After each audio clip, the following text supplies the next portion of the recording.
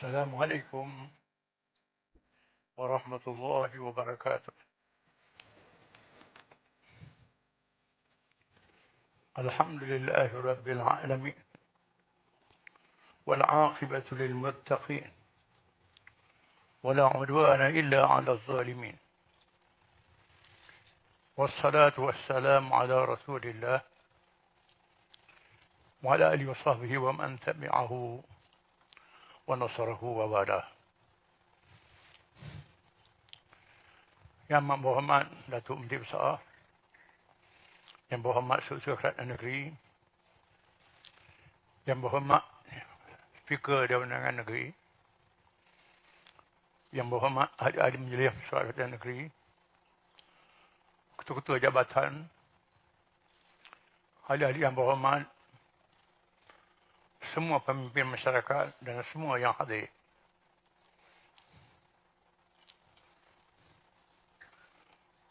Sebenarnya banyak pengurusan yang berlangsung dalam dunia hari ini merujuk kepada Barat, tanpa menyadari bahawa Barat juga asalnya merujuk pada Quran, pada hadis, kepada Islam. Apabila mereka menjajah dunia Islam di zaman kelemahan umat Islam kerana meninggalkan ilmunya sendiri,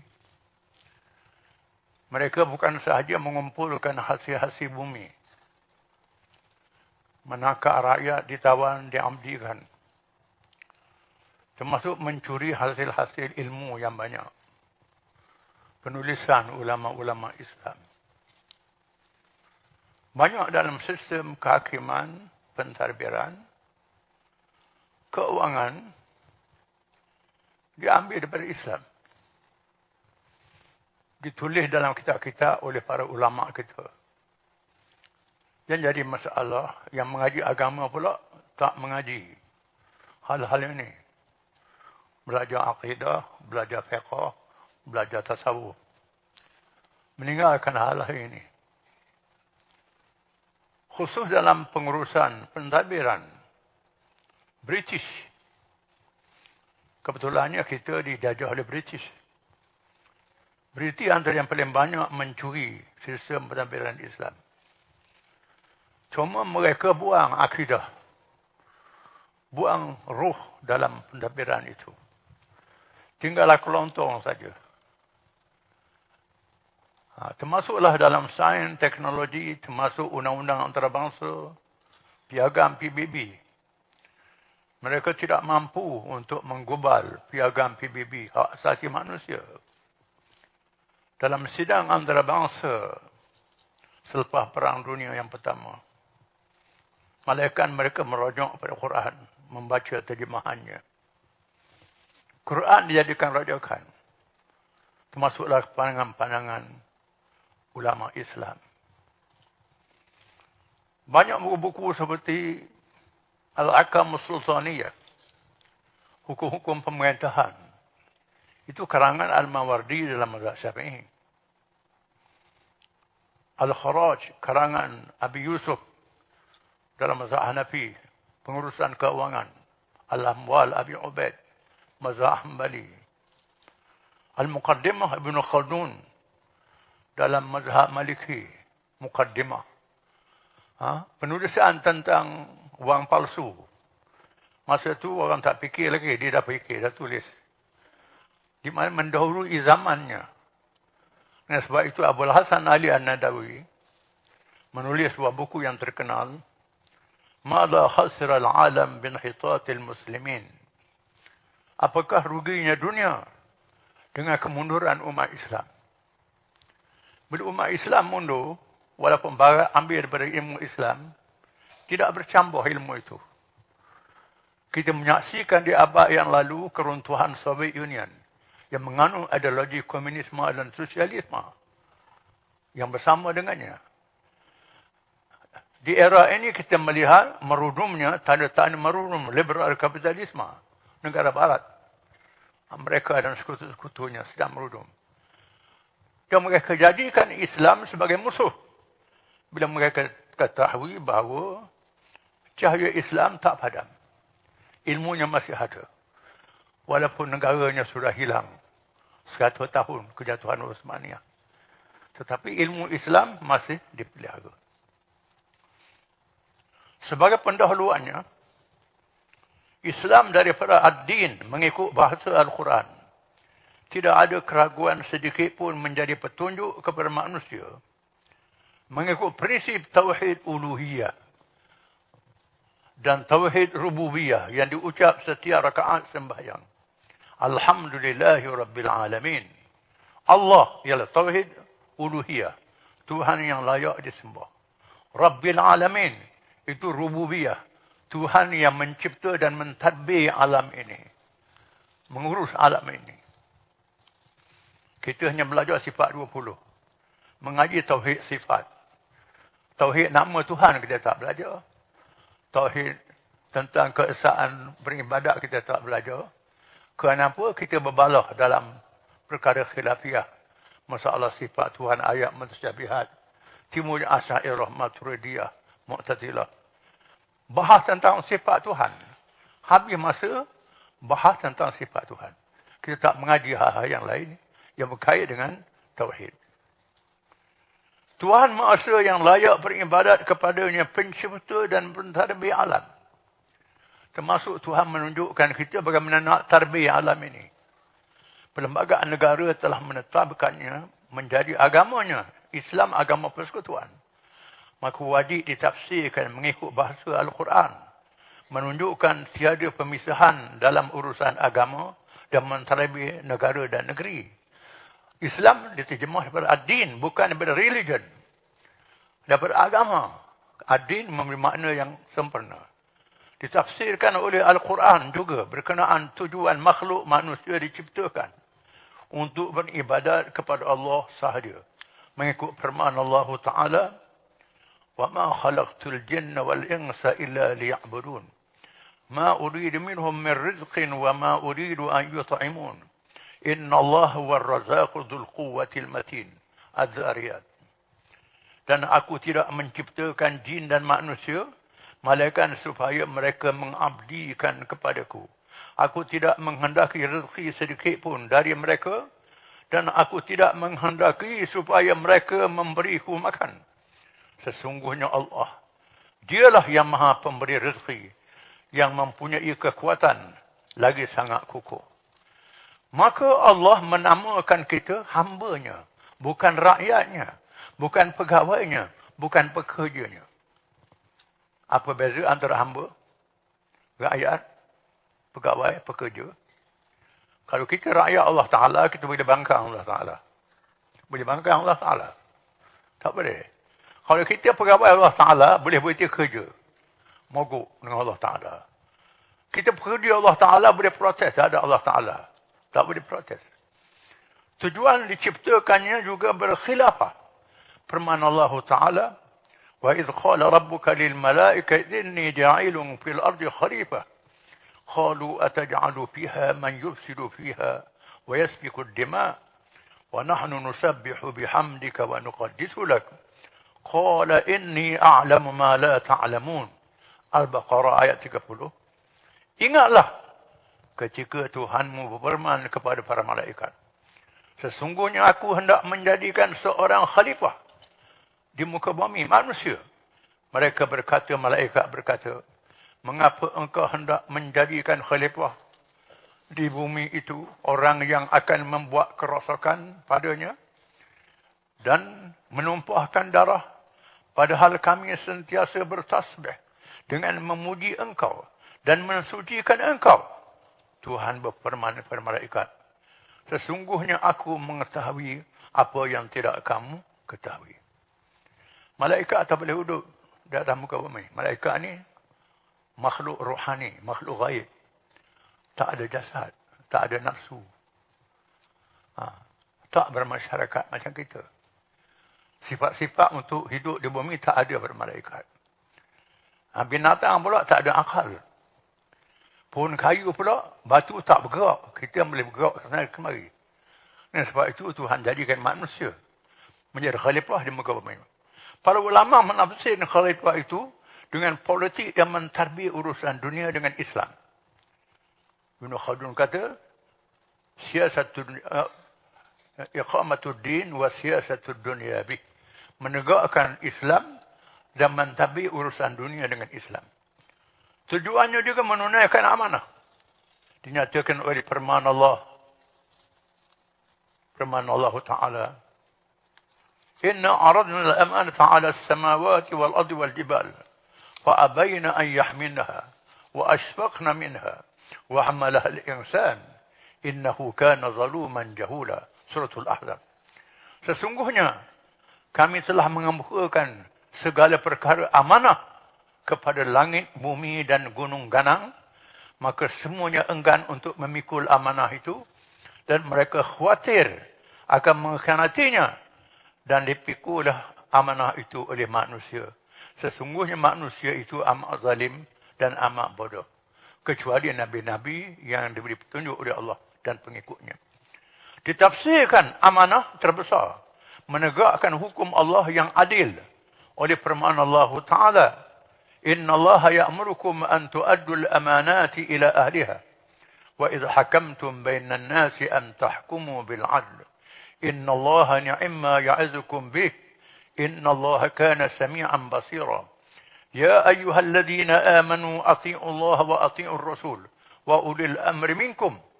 Fa in tanaza'tum fi shay'in farudduhu ila Allah war rasul in kuntum tu'minuna billahi wal yawmil akhir. Dzalika khairun wa ahsanu ta'wila. Suratul Nisa. Sesungguhnya Allah menyuruh kamu menyampaikan segala amanah kepada yang berhak menerimanya dan menyuruh kamu apabila menetapkan hukum di antara manusia supaya kamu menetapkan dengan adil seluruh manusia. Pensyakap majmuk, berbagai bangsa, berbagai agama. Sesungguhnya Allah memberi pengajaran yang sebaik-baiknya kepada kamu. Sesungguhnya Allah adalah Maha mendengar lagi Maha melihat. Hai orang-orang yang beriman, taatilah Allah dan taatilah Rasul secara mutlak, tak berulah bagi. Dan ulil amri dengan bersyarat. Dengan bersyarat. Ulil amri ialah umara, para pemimpin. Pemimpin negara, pemimpin masyarakat. Dan ulama yang menjaga ilmu di antara kamu. Kemudian jika kamu berlainan pendapat tentang sesuatu, maka kembalikanlah ia kepada Allah Al-Quran dan Rasul sunnahnya jika kamu benar-benar beriman kepada Allah dan hari kemudian. Yang demikian itu lebih utama bagimu dan lebih baik akibatnya. Maka para anbiya yang dilantik adalah teladan pelaksanaannya. Dinyatakan oleh firman Allah, لقد كان لكم في رسول الله أسوة حسنة لمن كان يرجو الله واليوم الآخر وذكر الله كثيرا. Al-Ahzab. Sesungguhnya telah ada pada diri Rasulullah itu suri teladan yang baik bagimu, yaitu bagi orang yang mengharapkan rahmat Allah dan kedatangan hari kiamat dan dia banyak menyebut Allah. Ditafsirkan oleh sabda Rasulullah sallallahu alaihi wasallam, كانت بنو إسرائيل تسوسهم الأنبياء كلما هلك نبي خلفه نبي وإنه لا نبي بعدي وسيكون بعدي خلفاء فيكثرون. قالوا يا رسول الله فما تأمرنا؟ قال أوفوا ببيعة الأول فالأول ثم أعطوهم حقهم واسألوا الله الذي لكم فإن الله سائلهم عما استرعاهم. Hadis riwayat Bukhari dan Muslim. Bani Israel di zaman dahulu siasahnya dipimpin oleh para anbiya, nabi-nabi. Setiap orang nabi diwafatkan diganti oleh nabi berikutnya. Sesungguhnya tiada lagi nabi selepasku. Akan dilantik para pemimpin yang ramai. Para sahabat bertanya, wahai Rasulullah, apakah pesananmu kepada kami? Sabda Rasulullah, tunaikan bai'ah janji setia kepada yang pertama dan diikuti selepasnya. Tunaikan hak terhadap mereka.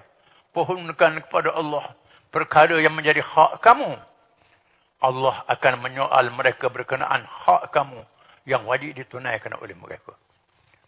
Menunjukkan Nabi-Nabi bukan sahaja pendakwah, bukan sahaja imam semayang, imam nikah, termasuk jadi imam negara. Imam negara, imam pemerintah. Negara Madinah, teladan Madani. Ini Madani yang sebenar, negara Madinah. Banyak orang duk cakap Madani sana, Madani sini. Apa dia Madani? Ibn al-Khaldun menulis dalam muqaddimah, Al-insanu madaniyun bil-tabi'i. Manusia itu bersifat madani secara tabi'i. Madani makna berhimpun, bermasyarakat, bertamadun. Ini tabi'i manusia. Semuanya. Sama ada yang Islam, yang bukan Islam, sama saja. Semuanya madani. Yang Islam pun madani, yang bukan Islam pun madani. Kerana mereka hidup mesti bermasyarakat. Tuhan jadikan mereka memerlukan makanan, pakaian, tempat tinggal yang tak boleh dihasilkan melainkan dengan bermasyarakat dan berilmu. Contohnya pakaian yang kita pakai daripada kain. Kain daripada benang, benang daripada kapas. Kapas mesti tanam kapas, ada cangkul, kurang-kurangnya jentera pembajak, ada besi, ada macam-macam. Tak mungkin bagi seorang manusia, kerana nak baju selai, dia buat semua. Dialah yang tanam kapas, dia yang buat cangkul, dia seorang dia. Jawab dia telanjang sampai mati je lah.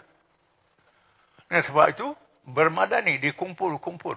Orang ni kerja kena ini. Makna madani. Dan dimajukan. Dimajukan, diusahakan, ditamadunkan. Itu maknanya. Kemudian dihimpunkan suatu tempat. Al-Quran membahagikan, bercirikan madani, hidayah, petunjuk Allah, dan bercirikan jibayah, cukai dan kebendaan. Maka semua negara bersifat madani. Bukan sahaja Malaysia, termasuk England pun madani, Amerika pun madani. Negara kami pun madani. Sama ada berciri hidayah, petunjuk Allah, ataupun berciri jibayah, kebendaan, cukai. Bergantung rahasia semata-mata. Berciri hidayah itu mengikut tujuan manusia diciptakan. Terkandung dalam Islam yang sempurna mengikut ad-din. Mengikut segala aspek kejadian manusia dan rukun hidupnya. Adapun ciri jibayah bersifat kebendaan semata-mata, terpisah daripada agama secara total. Macam komunis, tolak terus agama. Atau secara berasingan, kebendaan menjadi rohnya. Ataupun liberal kapitalisme. Agama dianut tak boleh campur dengan pentadbir dan urusan politik. Al-Quran membawa teladan madani Islam yang dipimpin oleh Nabi Daud, Sulaiman alaihissalam dan Raja Zulkarnain. Tiga kisah dalam Quran. Kisah Nabi Daud, kisah Nabi Sulaiman dan kisah Zulkarnain. Ini kisah Islam. Firman Allah Ta'ala, Qala ma makkanni fihi rabbi khairun fa'inuni biquwah. Aj'al bainakum wa bainahum radma. Surah Al-Kahfi ayat 95. Zulkarnain berkata, apa yang telah dikuasakan oleh Tuhanku kepadaku terhadapnya adalah lebih baik. Maka tolonglah aku dengan kekuatan manusia, pekerja dan alat-alat agar aku membuatkan dinding antara kamu dan mereka. Ini gajah Islam yang adil, yang dah banyak hasilnya. Hasilnya melimpah ruah, menakluk dunia. Bila sampai di satu negeri yang diganggu oleh makhluk Ya'juj wa Ma'juj, Suratul Kahfi, dia tak boleh nak lawan, minta tolong Zulkarnain, boleh ke tidak kami pungut cukai. Bagi pada tuanku, buat projek tembok untuk melindungi kami. Zulkarnain kata, tak payah cukai. Aku tolong saja. Kamu cari pekerja, cari besi, cari alat, buat kata. Ini raja Islam, madani Islam. Yang tidak bergantung pada cukai, bergantung kepada hasil yang sudah ada yang Tuhan bagi. Sebab begitu sekali. Kita akan kemudian. Firman Allah, Ya Dawud, inna ja'alnaka khalifatan fil ard, fahkum bainan nas bil haqq, wa la tattabi'il hawa, fayudillaka an sabilillah. Innal ladzina yudilluna an sabilillah lahum adzabun syadidun bima nasu yaumal hisab. Hai Daud, sesungguhnya kami menjadikan kamu khalifah, penguasa yang memerintah di muka bumi.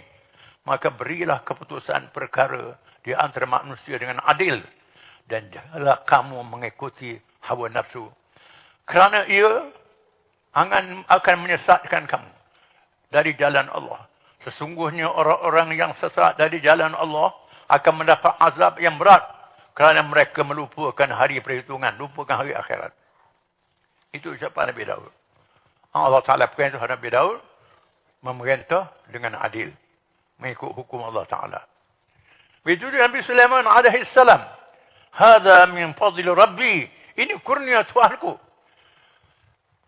Dalam kisah Nabi Sulaiman alaihi salam yang memerintah kerajaan yang tak pernah ada dalam dunia ini. Menguasai manusia, menguasai burung yang terbang di udara, binatang, dan dapat menguasai jin yang gaib. Tuhan bagi pada dia. Mulkan la yanbaghi li ahad, memerintah. Bila dia nak kuasai kerajaan Sabah, Raja Balqis, Raja Balqis suruh diri, dia suruh siapa kalangan petugas dia bawakan singgasana Balqis ke Baitul Maqdis daripada Yaman yang jauhnya 1000 batu. Bawa singgasana dia, bila dia datang, dia tengok singgasana dia dah ada. Lalu jin mengatakan, "Wahai Rasulullah, saya sanggup bawa singgasana itu. Kalau tuanku Rasulullah tinggal majlis, balik ada." Lalu seorang manusia, Atif bin Barakaya, seorang manusia yang saleh, "Wahai Nabi Allah, saya boleh bawa cepat lagi. Kalau Nabi Allah kejar mata celik, ada." Lalu Atif dengan doa, Tuhan makbulkan doa dia. Singgasana ada dekat. Dan Nabi Sulaiman tengok, tu hadza min fadli Rabbi. Ini kurnia Tuhan saya. Bergantung pada Tuhan. Tak timbul ini saya punya, ini projek saya punya. Ini satu lagi projek saya. Semua disembahkan pada Tuhan. Ini jahiliah Islam. Madani jahiliah, ini ialah Madani Islam. Madani jahiliah ialah Namrud, Fir'aun, Ad, Samud dan lain-lain yang dimusnahkan. Firman Allah Ta'ala, "Alam tara kayfa fa'ala rabbuka bi'ad, irama dhatil imad, allati lam yukhlaq mithluha fil bilad, wa thamud alladhina jabu as-sukhra bil wad, wa fir'auna dhil awtad, alladhina taghaw fil bilad, fa aktharu fiha al-fasad, fa sabba 'alayhim rabbuka sawta 'adab, inna rabbaka labil mirsad." Al-Fajr. Apakah kamu tidak memperhatikan bagaimana Samud berbuat terhadap kaum Ad? Samud kaum yang mendirikan rumah dan bukit yang dipahat. Rumah dia bukan batu-batu, bukit yang dipahat. Jadikan rumah. Masih ada sekarang ni di Madinah Saleh, di Jordan. Iaitu penduduk Iram yang mempunyai bangunan-bangunan yang tinggi, yang belum pernah dibangun suatu kota seperti itu di negeri-negeri lain. Kemudian kaum Iran yang membuat bangunan yang tinggi pencakar langit. Ini dah ada zaman dulu. Dan kaum Samud yang memotong batu-batu besar di lembah. Dan kaum Fir'aun yang mempunyai pasak-pasak antara yang banyak bala tenteranya. Piramid-piramid tentera yang ramai berjuta. Yang membuat sewenang-wenang dalam negeri. Lalu mereka berbuat banyak kerosakan dalam negeri itu. Melakukan kezaliman, mungkar, maksiat.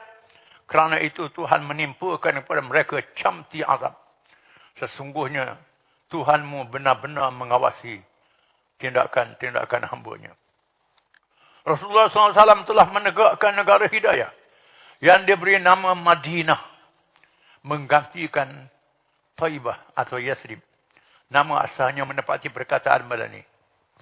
Dan Nabi buat negara di Madinah, Nabi namakan negara itu Madinah. Asal Madinah nama dia Taibah, Yathrib. Madinah berarti bandar, tempat mengumpulkan manusia yang bermasyarakat, bertamadun, atau ad-din, ajaran yang merangkumi segala aspeknya. Apa yang menarik, projek yang pertama Nabi buat ialah masjid. Di masjid itulah manusia beribadat. Di masjid ialah tempat manusia berjumpa dengan Nabi, termasuk orang bukan Islam. Tempat kehakiman, melantik pegawai-pegawai, semua di masjid. tempat mentarbih. Tak berpisah antara ibadat dengan mentarbih. Kemudian projek yang kedua, pasar Madinah. Nabi buat pasar, saya buat pasar. Pasar ni tempat rakyat berniaga, orang Islam, Yahudi, musyrikin berniaga di situ. Dinyatakan konsep umum dan akibat masing-masing dengan firman-Nya, "Walau anna ahlal qura amanu wattaqau lafatahna 'alaihim barakatin minas sama'i wal ard walakin kadzdzabu fa akhadnahum bima kanu yaksibun afa amina ahlul qura an ya'tihim ba'suna bayatan wa hum na'imun afa min ahlul qura an ya'tihim ba'suna duhan wa hum yal'abun afa aminu makrallah fala ya'manu makrallah illa al-qaumul khasirun." Surah Al-A'raf. Jikalau sekiranya penduduk negeri-negeri beriman dan bertakwa, pastilah kami akan melimpahkan kepada mereka berkah dari langit dan bumi. Tetapi mereka mendustakan ayat-ayat kami itu. Maka kami seksa mereka disebabkan perbuatannya. Maka apakah penduduk negeri-negeri itu merasa aman dari kedatangan seksaan kami pada mereka di malam hari, di waktu mereka sedang tidur nyenyak? Atau apakah penduduk negeri itu merasa aman dari kedatangan seksaan kami kepada mereka di waktu matahari sepenggalah, waktu duha, ketika mereka sedang bermain-main? Maka apakah mereka merasakan aman dari azab Allah yang tidak terduga-duga? Tiada yang merasa aman dan azab Allah kecuali orang-orang yang merugi, yang tak beriman, tak sedar adanya ayat Allah, hukum Allah, balasan bila-bila masa. Tak sedar. Balik. Negara yang tak ada berkat. Berkat ni ialah membawa kebaikan pada keluarga, membawa kebaikan kepada rakyat, membawa kebaikan dunia dan akhirat. Itu makna berkat. Tak berkat, kaya, tapi tak datang kebaikan. Tak bawa kebaikan untuk diri, hartanya banyak, hasilnya cukup, tapi rakyat miskin. Rakyat menderita, rakyat susah juga. Ini tak berkat.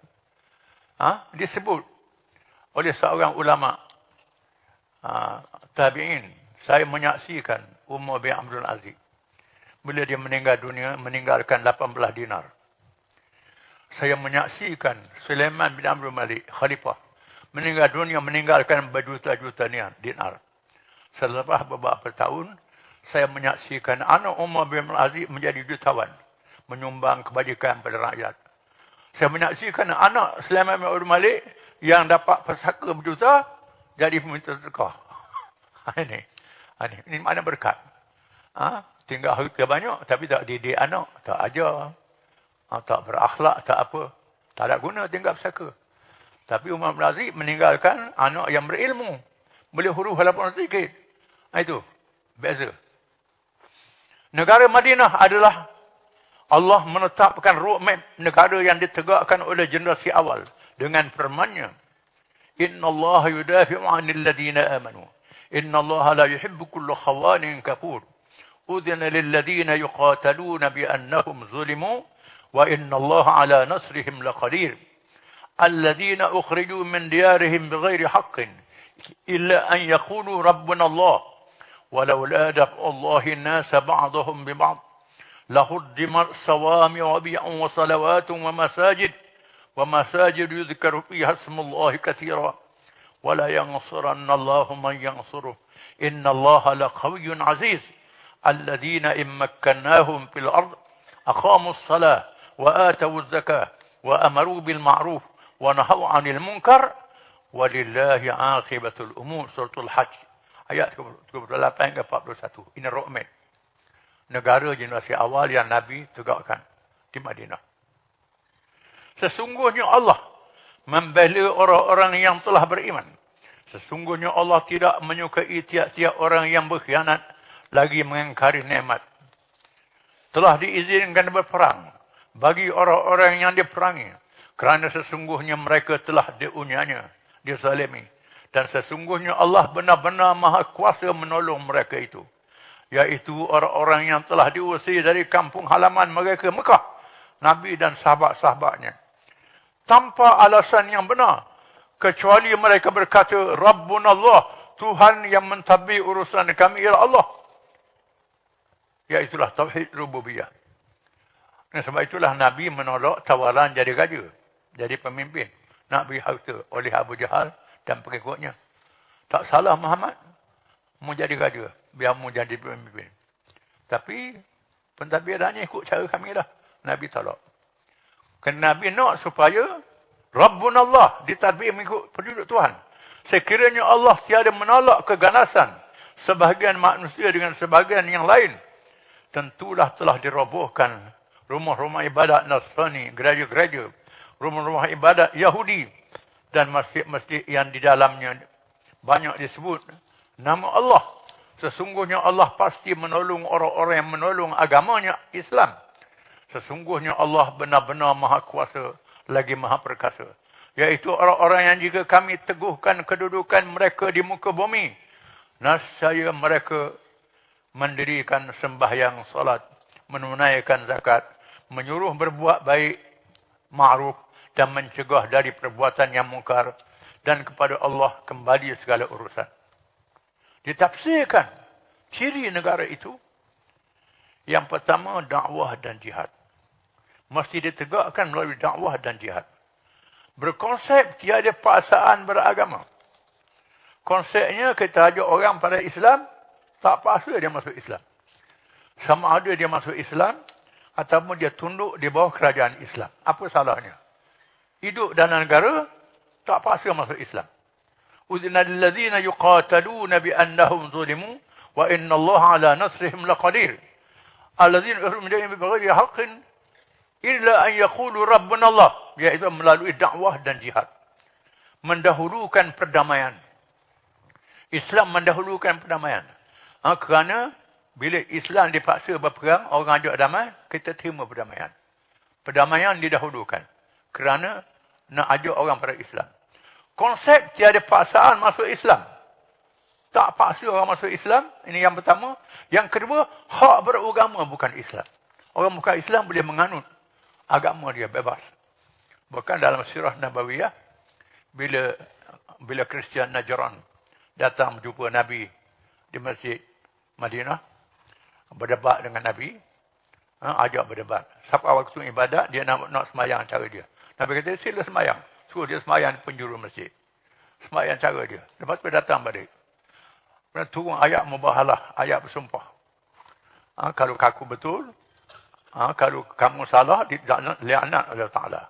Kalau aku salah, dilaknat oleh Ta'ala. Mereka dia bersumpah. Bermubahalah. Akhirnya tak sanggup. Bila dia mesyuarat, dia tahu ini Nabi sungguh. Tak boleh kalau kita mubahalah, habis kita keturunan kita tak ada. Habis. Lalu mereka tunduk buat kerajaan Islam. Dia tak paksa masuk Islam. Yang kedua, masyarakat majmuk. Masyarakatnya terdiri daripada umat Islam, muhajirin dan ansar. Berbagai bangsa dan juga bukan Islam, berbagai agama dan bangsa.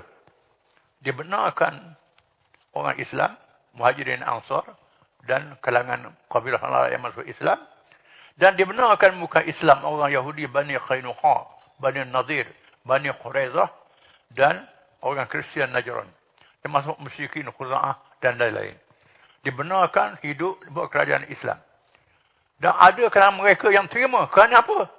Kerana mereka bosan. Huru-hara berperang. Tak berhenti berperang. Kita cuba kerajaan baru ni. Takut boleh damai. Ada mereka yang berfikir begitu. Akhirnya mereka terima. Berlaku bai'ah. Itu firman Allah Ta'ala.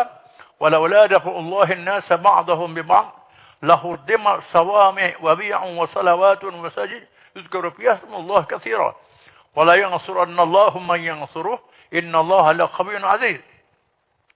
Kerana Allah tidak izinkan orang Islam ni berperang, bila mereka serang orang Islam, nescaya rumah-rumah ibadat dimusnahkan. Bila Yahudi menang, Yahudi roboh gereja. Kristian menang, Kristian roboh rumah ibadat Yahudi.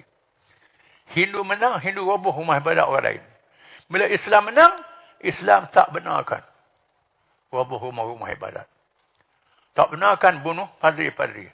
Kan firman Allah Ta'ala, وَقَاتِلُوا فِي سَبِيلِ اللَّهِ الَّذِينَ يُقَاتِلُونَكُمْ وَلَا تَعْتَدُوا إِنَّ اللَّهَ لَا يُحِبُّ الْمُعْتَدِينَ.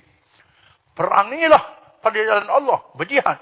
Orang yang memerangi kamu. Dan jangan kamu melampaui batas. Sesungguhnya Allah tidak mengasihi orang munafik batas. Bila berperang, Nabi nasihat pada pengelima-pengelima. Khalid bin Walid, Ammar bin As dan lain-lain. Jangan bunuh perempuan. Jangan bunuh kanak-kanak. Jangan bunuh orang tua. Jangan bunuh padri-padri dan sami-sami di rumah-rumah ibadat. Kerana mereka tak ganggu orang. Jangan musnahkan rumah-rumah ibadat mereka. Jangan musnahkan kebun-kebun mereka. Jangan musnahkan pasar-pasar mereka. Jangan ganggu orang berniaga. Hanya ganggu musuh yang berperang saja. Jangan bunuh tawanan. Tak boleh bunuh tawanan. Jangan cincang orang yang sudah mati. Ini dilarang, diharamkan oleh Islam. Dan sebab itulah bila Hamas di Palestin, termasuklah Hizbullah di Lebanon, Al-Qaeda dan lainnya, bila berperang dengan Yahudi, berperang tuju sasaran tentera saja. Tak setuju sasaran orang awam. Berbeza dengan Yahudi Israel. Yahudi, bila tak boleh bunuh tentera, dia bunuh orang awam.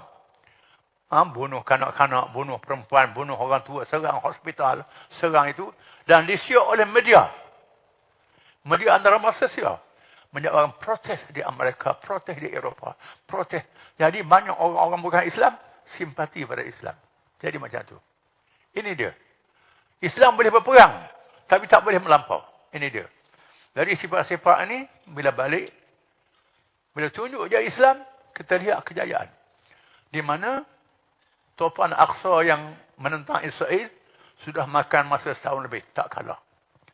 Mesir dengan Syria, Jordan, perang dengan Yahudi, 6 hari kalah. Kerajaan. Ini bukan kerajaan. Ini keberkatan Islam yang kita kena sedar, beza. Ini berlaku begitu. Bersifat Rabbani, aqamus salah. Negara ditegakkan itu aqamus salah. Orang jadi pemimpinnya, orang mendirikan sembahyang. Dalam semua aspek ajaran Islam, akidah syariat dan akhlak, maka segala pengurusannya adalah pengabdian kepada Allah. Diucapkan tiap-tiap kali sembahyang. Inna salati wa nusuki wa mahyaya wa mamati lillahi rabbil alamin. Sesungguhnya sembahyang aku, ibadat aku, hidup aku, mati aku kerana Allah, Tuhan yang mentadbir alam. Disebut alhamdulillah rabbil alamin. Siapa puji bagi Allah, Tuhan yang mentadbir alam. Nak tadbir mesti ikut perintah Allah Taala. Sukan kuat ni orang tu saya semalam mesti sembahyang. Nak jadi pemimpin. Kalau tak sembahyang tak layak jadi pemimpin dalam Islam. Tak layak. Tiap-tiap kali, 5 kali sekurang-kurangnya kalau sembahyang wajib. Iqra. Kalau sembahyang sunat, banyak kali lah iqra'nya. Jadi semua urusan dunia berkait dengan beribadat pada Allah Ta'ala. Ini diajar oleh Islam. Ini tak ada dalam tabiran British, tak ada ni. Ini. Rasulullah SAW diutuskan menjadi Rasul akhir zaman kepada seluruh manusia di semua penjuru dunia. Ketika kemuncak tamadun, kebendaan yang maju dan canggih dalam hubungan antarabangsa, maka dikurniakan mukjizat ilmu daripada Al-Quran dan syakhsiyah Rasulullah SAW. Ini. Rasulullah diutuskan untuk seluruh manusia. Aspek agama dibahagikan kepada bahagian Islam, iman dan ihsan. Bagi memenuhi jati diri manusia yang berjasad, ruh, akal, berkeluarga dan bermasyarakat. Ada kaitan dengan Islam, dengan iman, dengan ihsan, dengan akhlak. Dalam jati diri manusia sama ada jasad dia, ruh dia, akal dia, keluarga dia dan masyarakat ada kaitan dengan agama. Ini memelihara kehidupan dia. Dan sebab itulah, sebagai satu contoh, bila seorang perempuan penjual susu, Sayyidina Umar dia siasat rakyat dia waktu malam. Dia berjalan malam, suka. Sampai sebuah rumah, dia dengar seorang penjual susu, perempuan, berbual dengan anak dia. Di mana perempuan susu ni, jual susu ni nak campur dengan air. Bersusu jadi banyak. Lalu anak perempuan dia kata, tak boleh Amirul Mu'minin larang ni. Kalau dia Pak Umar tahu ni, kena marah lah kita. Lalu ibu dia kata, Umar tak tahu. Umar duduk dengar dah. Umar tak tahu. Lalu anak dia kata, walaupun Umar tak tahu, Tuhan Umar tahu. Sayyidina Umar pun tanda rumah tu. Tanda.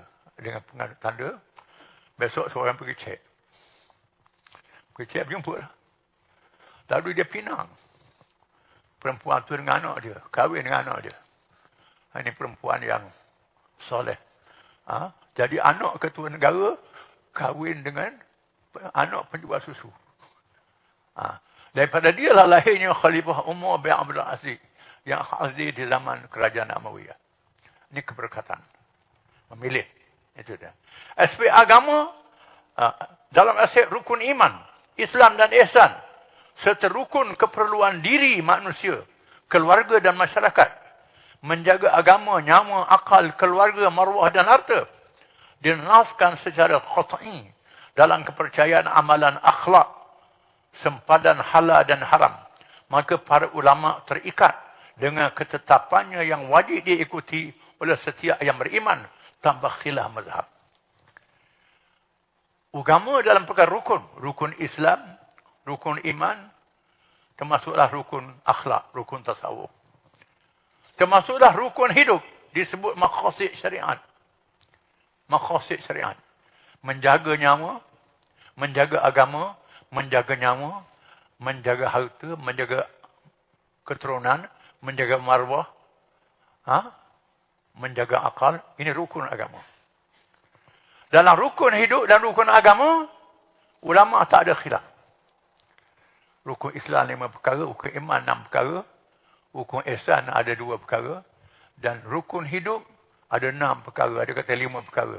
Maruah dia bilang asing. Sebab itu, adanya halal dan haram. Arak haram, nak jaga akal. Mencuri merampok haram, nak jaga harta. Berzina haram, nak jaga keturunan. Murtad haram, nak jaga agama. Ini dia. Benda-benda macam ni, ulama tak ada khilaf, tak ada mazhab. Semua mazhab. Sama saja. Sama ada ahli sunnah wal jamaah, sama ada syiah, khawarij dan sebagainya. Bukan saja setiap ini Hanafi, Hambali, Maliki. Tak ada khilaf langsung dalam masalah ini. Ini kecuali yang menyeleweng daripada rukun. Itu dah sesat. Macam ayah pin di Terengganu tu. Itu sesat lah tu. Macam Qadiani, itu dah sesat. Itu bukan mazhab lagi. Itu firqah. Kita kena faham beza antara firqah dan mazhab. Firman Allah Ta'ala, وَمَا كَانِ مُؤْمِنٌ وَلَا مُؤْمِنَةٌ إِذَا قَضَى اللَّهُ وَرَسُولُهُ أَمْرًا أَنْ يَكُونَ لَهُمُ الْخِيَرَةُ مِنْ أَمْرِهِمْ وَمَنْ يَعْصِ اللَّهَ وَرَسُولَهُ فَقَدْ ضَلَّ ضَلَالًا مُبِينًا. Dan tidaklah patut bagi lelaki yang beriman dan perempuan yang beriman apabila Allah dan Rasulnya telah menetapkan satu ketetapan, akan ada bagi mereka pilihan yang lain tentang urusan mereka. Dan barang siapa menurhakai Allah dan Rasulnya, maka sesungguhnya dia telah sesat yang nyata. Firman Allah Ta'ala, وَلَقَدْ أُوحِيَ إِلَيْكَ وَإِلَى الَّذِينَ مِنْ قَبْلِكَ لَئِنْ أَشْرَكْتَ لَيَحْبَطَنَّ عَمَلُكَ وَلَتَكُونَنَّ مِنَ الْخَاسِرِينَ. Surah Az-Zumar. Dan sesungguhnya telah diwahyukan kepadamu wahai Muhammad sallallahu alaihi wasallam dan kepada nabi-nabi yang sebelummu, jika kamu mempersekutukan Tuhan, nescaya akan hapuslah amalmu dan tentulah kamu termasuk orang-orang yang rugi. Termasuk kalau kamu sendiri wahai Muhammad musyrik terhadap Allah, pakai hukum lain pada hukum Allah yang Allah tetapkan, kamu juga rugi di hari akhirat. Semua nabi-nabi diwahyukan, bukan saja orang biasa. Tidak dibenarkan mencipta undang-undang sendiri dalam perkara yang tidak diizin oleh Allah. Di sana ada undang-undang yang Allah Ta'ala tetapkan. Akal manusia tak mampu nak fikir. Iaitulah tentang ibadat, tentang iman, tentang akhlak, tentang fitrah manusia yang disebut tadi maqasid syariat. Ini manusia tak boleh capai dengan akal, maka Allah tetapkan secara qat'i. Nas yang putus. Ulama-ulama tak ada khilaf. Adapun dalam mengurus kehidupan manusia yang berubah dan berbeza, maka Allah mengizinkan ijtihad mengikut keperluan kajian dan pengalaman dengan ilmu dan akal yang waras mengikut sempadan fitrah. Firman Allah Ta'ala, "Inna anzalna ilaika al-kitaba bil haqq litahkuma bainan nas bima araka Allah wa la takun lil kha'inina khasima." Sesungguhnya kami telah menurunkan kitab kepadamu dengan membawa kebenaran, supaya kamu mengadili antara manusia dengan apa yang telah diwahyukan kepadamu. Dan janganlah kamu menjadi penentang orang-orang yang tidak bersalah, kerana membela orang-orang yang khianat. Firman Allah Ta'ala, bil bayyinati waz zuburi wa anzalna ilaika dzikra litubayyana lin-nas ma nuzzila ilaihim la'allahum yatafakkarun. Surah An-Nahl. Keterangan-keterangan mukjizat dan kitab-kitab. Dan kami turunkan kepada Al-Quran, kepadamu Al-Quran, agar kamu menerangkan kepada umat manusia apa yang telah diturunkan kepada mereka dan supaya memikirkan. Di sana ada perkara kamu boleh fikir. Abu Salam mengarahkan pekebun tamar di Madinah supaya tidak melakukan talqih, pembungaan. Tiba-tiba mengeluarkan hasil yang tidak baik. Dan Nabi berhijrah Madinah, orang Madinah ni berkebun tamar. Dia ada perkara dinamakan talqih, pembungaan. Kena ambil bunga tamar jantan kepada bunga yang betina, sama ada melalui kumbang ataupun dia buat sendiri. Barulah menghasilkan buah dia. Tiba-tiba Nabi kata, tak payah buatlah. Tak payah buat, biarkan begitu saja. Tawakal kepada Allah Ta'ala. Buat begitu saja. Tiba-tiba buah tamar tidak menghasilkan buah yang bermutu. Buahnya kecil, tak lebat, berlaku begitu. Lalu penduduk Madinah mengadu kepada Nabi. Lalu Nabi bersabda, antum a'lamu bi umuri dunyakum. Kamu lebih tahu berkenaan urusan dunia kamu. Ini Allah Ta'ala izin pada kamu. Tak ada nas. Jadi dalam masalah tanah padi, berapa banyak, ikutlah luas banyak mana tanah padi jenis apa. Ini tak boleh baca Quran lah. Masalah halal haram, rojak pada Quran. Nak masuk banyak mana, bilang tetamu ramai mana. Ini kau rojak ke Quran juga. Tak payahlah.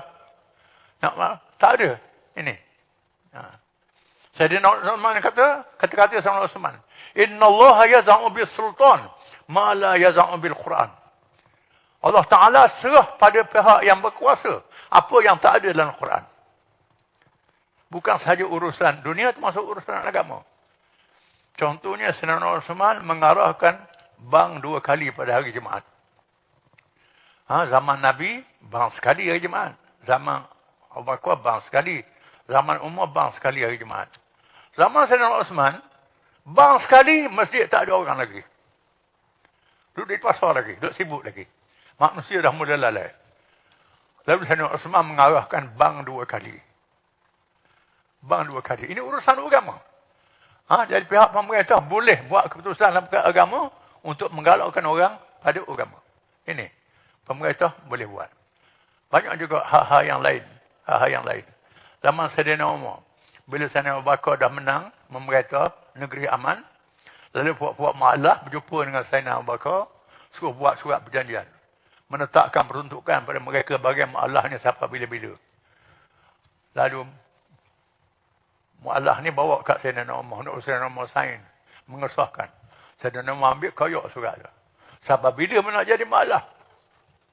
Sayyidina Umar kata, kerana Islam dah kuat, mudah masuk Islam, dah reti, dah nak mu'alah lagi. Tak boleh tetap. Ini kerana masa berubah. Ulama mengatakan, tasarruful imam manutun bil maslahah. Tindakan pemerintah mengikut maslahah. Membawa kebaikan kepada rakyat. Maslahah ini, ulama bahagikan ada 3. Yang pertama, maslahah mu'tabarah. Kedua, maslahah mulghah. Ketiga, maslahah mursalah. Maslahah mu'tabarah ialah maslahah yang ditetapkan oleh syarak. Puasa. Lapor-lapor lah. Puasa ni ada hikmah yang Tuhan tahu. Kena puasa. Tak boleh puasa mendatangkan mudarat. Tak boleh. Tetapi kalau mendatangkan mudarat sungguh, Allah Ta'ala izinkan. Berbuka tak apa. Kerana musafir, kerana sakit. Tak ada masalah. Jangan buat-buat tak tahan. Itu tak boleh. Masalah berjihad. Walaupun mati. Dibunuh oleh musuh. Kerana nak jaga agama lebih penting. Daripada jaga diri sendiri. Kalau kita tak jaga agama, musuh takluk kita, merintah kita, agama habis. Dimusnahkan, anak cucu kita habis. Habis. Keturunan kita, zuriat kita, habis jadi punah, musnah. Kena lawan, walaupun mati-mati, kita mati seorang. Tapi berapa generasi kita? Berapa ribu keturunan kita selamat. Sebab itu masalah jihad ni, masalah yang ditetapkan oleh syarak. Masalah mulghah, masalah yang dilarangkan oleh syarak. Mengapa mencuri? Nak bagi nafkah, nak bagi haji, tak ada duit. Curi. Merampok. Pasal apa merampok? Merampok kerana tak ada duit nak pergi Mekah. Apa salah pergi Mekah? Bagus kan buat ibadat. Merampok. Tak boleh. Ini masalah yang dibatalkan oleh syarak. Di sana ada masalah yang tak dibatalkan dan tak dinafikan, dibenarkan. Yang tak ada nas, itu boleh dilaksanakan. Masalah mursalah dipanggil. Yang membawa kebaikan kepada kita. Contohnya, pergi haji ke Mekah. Zaman dulu, tak payah pasport, tak payah visa. Zaman sekarang nak jaga keamanan di Mekah tu, orang kafir tak boleh masuk, orang kacau tak boleh masuk, mesti ada pasport, mesti ada visa. Tak ada rukun haji ni visa pasport, tak ada. Tak ada. Tetapi kerana masalah yang berlaku di zaman ini, begitu. Maka, menyediakan pasport dan visa ni, jadi wajib. Jadi wajib. Ulama kata, ma la yatimul wajibu illa bihi, fahuwa wajib.